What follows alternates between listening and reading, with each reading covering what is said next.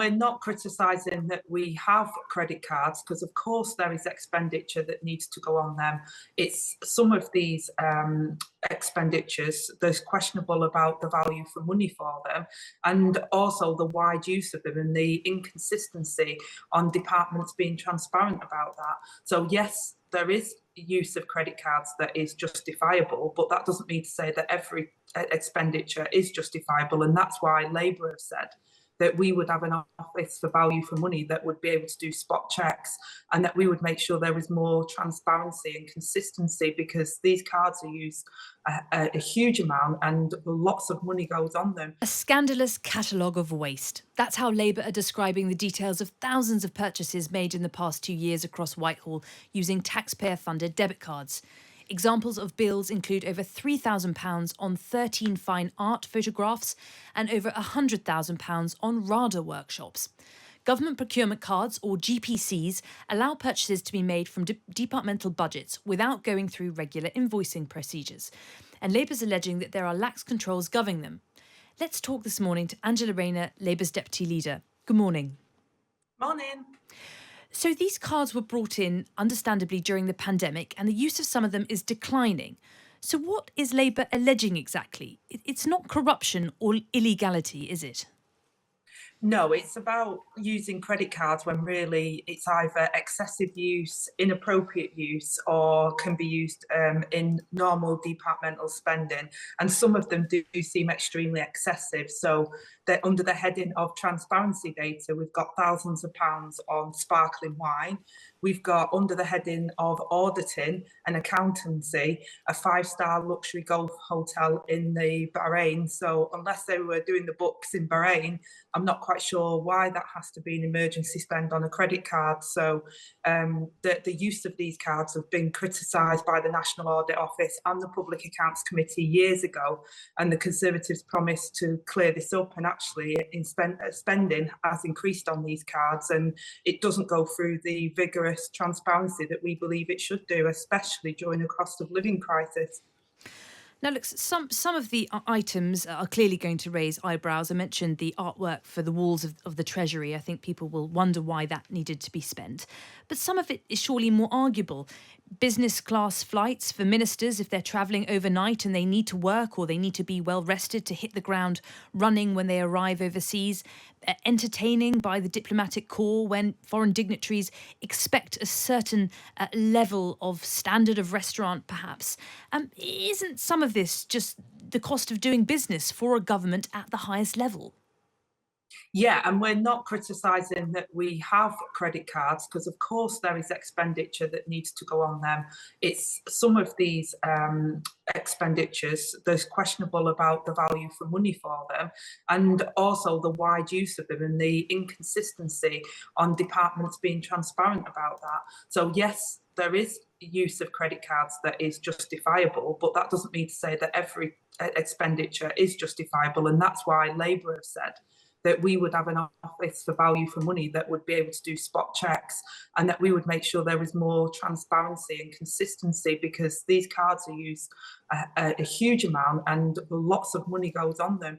And some of the expenditure, as you rightly mentioned, is questionable. I mean, we have an arts curator on the estate for the whole of government and parliament with lots of artwork. We don't need to purchase artwork outside of that. And some might say, well, why was it gone on this particular credit card as opposed to going through the proper accountancy and processes that we have, as many companies do, including for accommodation, for example. Many companies that are large organisations have accommodation budgets and have codes in order to do that. Well, as I say, one of the things Labour has flagged and picked out from this transparency data is spending on, high-class hotels. The Conservative Party have sort of hit back, saying, what level of hotel would Labour think it is appropriate for government officials and guests to stay in? And I think that is a good question to put to you. Is it a Premier Inn? Is it basic 2-star hostels, 3-star budget hotels? No, but we're saying that there should be transparency around that as well. You know, there hasn't been transparency. It's only through our parliamentary questions and FOIs that we've been given the information, and some of it is still, we're still waiting on the MOD information to come through. So we've not even included those figures in what we've put out today. We want transparency in that. And as I say, most organisations would have a system, especially one as an organisation as large as the government, in order to book hotels rather than just putting it on a credit card, you know, and many of these credit card transactions would not be in the public domain had it not been for Labour requesting it. And the Conservatives were very clear that they understood that there are issues that the National Audit Office and the Public Accounts Committee had raised about these cards years ago. And instead of doing anything about it, it seems that during this cost of living crisis, the usage of them has gone up. And some of those transactions are questionable. I'm not saying all of them are, but some of them definitely are. Well, when it comes to prudent use of public money, you, Angela Rayner, have faced criticism in the past for charging the taxpayer for a £249 pair of personalised Apple AirPod earphones among £2,100 worth of state-of-the-art Apple gadgets. Isn't that possible to say that some people might see that as, to use your own words, excessive and inappropriate use of taxpayer money? Well, first of all, there's full transparency in my declarations of what I've used. But moving on from transparency to the substance of taxpayer value for money. Sure, I'm going to answer that as well. The personalised it was free to personalise them.